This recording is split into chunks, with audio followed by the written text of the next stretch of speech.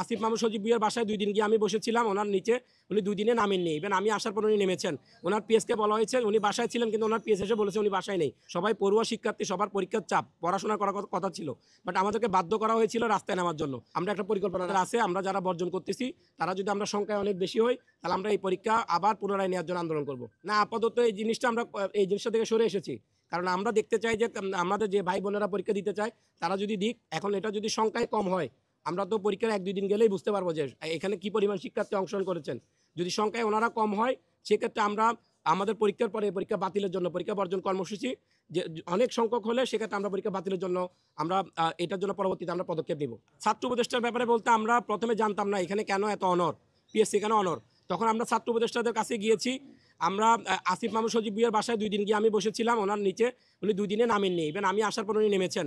ওনার পিএসকে বলা হয়েছে উনি বাসায় ছিলেন, কিন্তু ওনার পিএস এসে বলেছে উনি বাসায় নেই। প্রথমে শুনে গিয়ে উনি উপরে গিয়ে কথা বলেছেন, পরবর্তীতে এসে উনি বললেন যে বাসায় নেই, কিন্তু উনি একটু আগে বলেছেন উনি উপরে আছেন। তো আর মাহফুজ ভাইয়ের কাছে আমরা গিয়েছিলাম। উনি নিজে বলেছেন যে একটা রাজনৈতিক দল আসবে, আমরা চাই তাড়াতাড়ি হয়ে যাক। তো আমার বন্ধু মহলে এখানে পরীক্ষা দিচ্ছে, ওরা বলতেছে পরীক্ষাটা তাড়াতাড়ি হয়ে যেতে হবে। তো এইভাবে ইভেন উনি এই কথাটা বলেছেন, খুব কষ্ট লেগেছে যে আমাদের এই গণ অভ্যুত্থান নাকি বিসিএস ক্যান্ডিডেট কেউ মারা যায়নি, কিন্তু আমরা তো দেখলাম আবু সাইদ ভাই তো কোনো রাজনৈতিক দলের কর্মী ছিলেন না। উনি তো একজন চাকরি প্রত্যাশী বেকার যুবক ছিলেন। উনি এই কোটা বিরুদ্ধে আন্দোলন করতে গিয়ে প্রথম শহীদ হন এবং ওনার লাশকে নিয়ে কিন্তু রাজনীতি করে আজকে ওনারা উপদেষ্টা হয়েছেন, কিন্তু ওনারাই অস্বীকার করতেছেন। এই জিনিসটা খুবই মর্মাহত করেছে। এরপর থেকে আমরা আন্দোলন আরও বেগবান করি। আমরা ওনাদের ধারে ধারে যাওয়ার চেয়ে আমরা রাস্তায় নেমে দেশবাসীকে জানানোর চেষ্টা করেছি যে না, আমাদের একটা প্রবলেম হচ্ছে, আপনারাও সাথে আসেন। কিন্তু দেশবাসী তো আর বিসিএস এর কথা বুঝেন না। ওনার এই প্রাইমারি স্কুলের 10 লাখ শিক্ষক, তারপর হচ্ছে কি বিভিন্ন আন্দোলনের 20 লাখ মানুষ, 30 লাখ মানুষ, এই পেশি শক্তি, অনেক জনগণের যে কণ্ঠ বা ওনাদের সাথে রিলেট করতে পারেন, এই বিষয়গুলোতে ওনারা হচ্ছে গিয়ে আমাদের সহমত দেন। কিন্তু আমাদের বিসিএস এর বিষয় তো সার্বিক আমজনতার সাথে এটা সম্পৃক্ত না এবং সবাই এই বিষয়টা সুস্পষ্টভাবে বুঝেন না। তো ওই ক্ষেত্রে ওনারা আমাদেরকে ভুল বুঝতেছেন যে আমরা আন্দোলন করতেছি অল্প সংখ্যক মানুষ, কিন্তু অল্প সংখ্যক মানুষ আন্দোলন করার কথা ছিল না।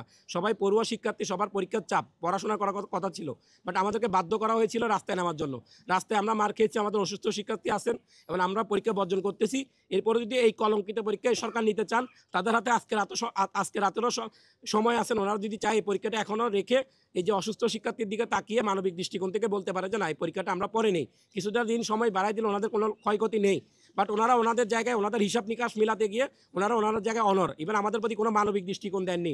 আমরা শেষ পর্যন্ত আকুতি পর্যন্ত করেছি প্রত্যেকটা মহলে যে আমাদের প্রতি একটু মানবিক দৃষ্টিকোণ থেকে হলে পরীক্ষাটা পিছাক। বাট ওনারা এই কাজটা করেননি। এখন আমাদের যে ভাই, উনি কালকে নিজেকে আত্মহত্যা দেওয়ার চেষ্টা করেছিলেন। উনি নিজের গায়ে কেরোসিন দিয়েছিলেন এবং আরেকটু হলে উনি আগুন দিয়ে দিতেন। ওইখানে পুলিশের জল কামানের মাধ্যমে ওনাকে বাঁচানো হয় এবং উনি সাউন্ড গ্রাউন্ডের মাধ্যমে অসুস্থ হয়ে যান।